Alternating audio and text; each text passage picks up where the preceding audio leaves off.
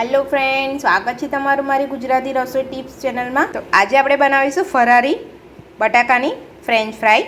બે બટાકા લીધા છે, આ મોટી સાઈઝના બટાકા છે, એને આપણે છોલી લઈશું। બટાકાને આપણે છોલી લીધા છે, હવે આપણે એને કટ કરી લઈશું।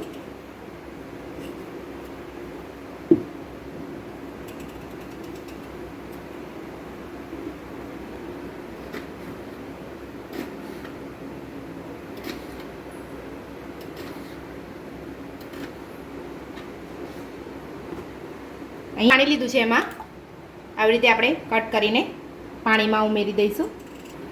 આપણે બહુ જાડી કે બહુ પતલી નથી રાખવાની, આવી આપણે મીડિયમ સાઈઝની કટ કરવાની છે। તમને વચ્ચેથી આવી જાડી લાગે તો આપણે એકવાર કટ કરી લેવાની ફરીથી।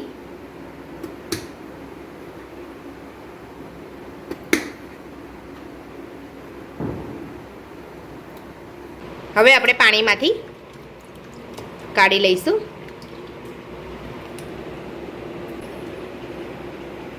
અહીંયા પાણી મૂક્યું છે, પાણી આપણું થોડું ગરમ થાય એટલે આપણે અંદર બટાકા એડ કરીશું। આપણે અહીંયા કેળાનો લોટ લેવાનો છે,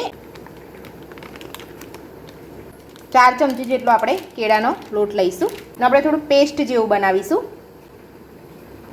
ચમચીની મદદથી આપણે મિક્સ કરી લઈશું।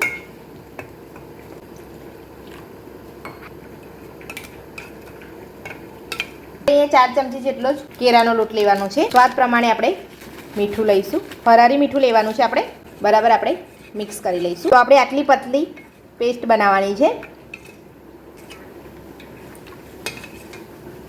હવે આપણે ફ્રેન્ચ ફ્રાઈસનો મસાલો કરી લઈશું। અહીંયા અડધી ચમચી ફરારી મીઠું લીધું છે, અડધી ચમચી આપણે અહીંયા શેકેલું જીરા પાવડર લીધો છે અને અડધી ચમચી આપણે કાશ્મીરી લાલ મરચું લેવાનું છે। તમે તીખું ખાતા હોય તો તીખું પણ લઈ શકો છો। એ બધું મિક્સ કરી લઈશું। તો મસાલો આપણો બનીને તૈયાર છે। હવે આપણે બટાકાને કાઢી લઈશું।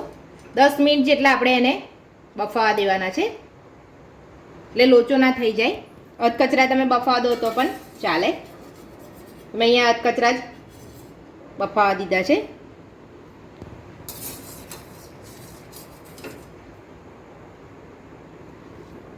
હવે આપણે એને પંખે કોરા થવા દઈશું। મેં નેપકિનમાં ખુલ્લા કરી દીધા છે।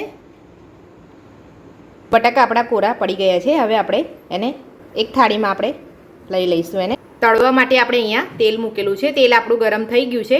હવે આપણે એમાં જે આપણે કેળાના લોટની પેસ્ટ બનાવી છે એમાં આપણે બટાકાને આવી રીતે આપણે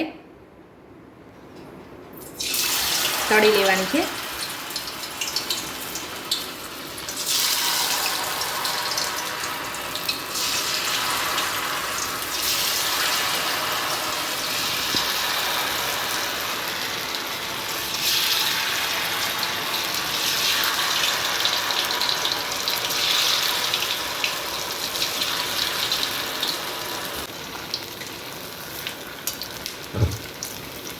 આપણે ફૂલ ગેસ પર જ તળવાની છે। તો હવે આપણે કાઢી લઈશું। તો તમે જોઈ શકો છો એકદમ આપણે ક્રિસ્પી અવાજ આવે છે। આવી જ રીતે આપણે બધી તળી લઈશું।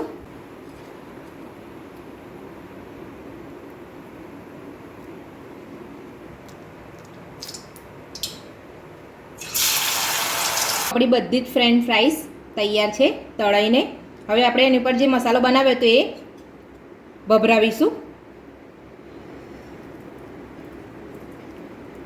તમારે જેટલો જોઈતો હોય એટલો જ ભભરાવાનો છે। આપણે એને આવી રીતે મિક્સ કરી લઈશું।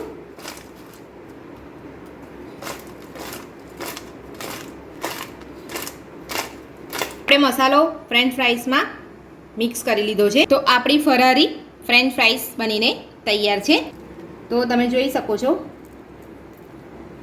એકદમ ક્રિસ્પી અને સ્વાદમાં બહુ જ ટેસ્ટી, ઉપવાસમાં આપણે ખાઈ શકીએ છીએ। તો ફરાળી ફ્રેન્ચ ફ્રાઈસ બનાવવાની જો રીત તમને મારી ગમી હોય તો મારા વિડીયોને લાઈક કરજો, ચેનલને સબસ્ક્રાઈબ કરજો, તમારા મિત્રોને જરૂરથી શેર કરજો।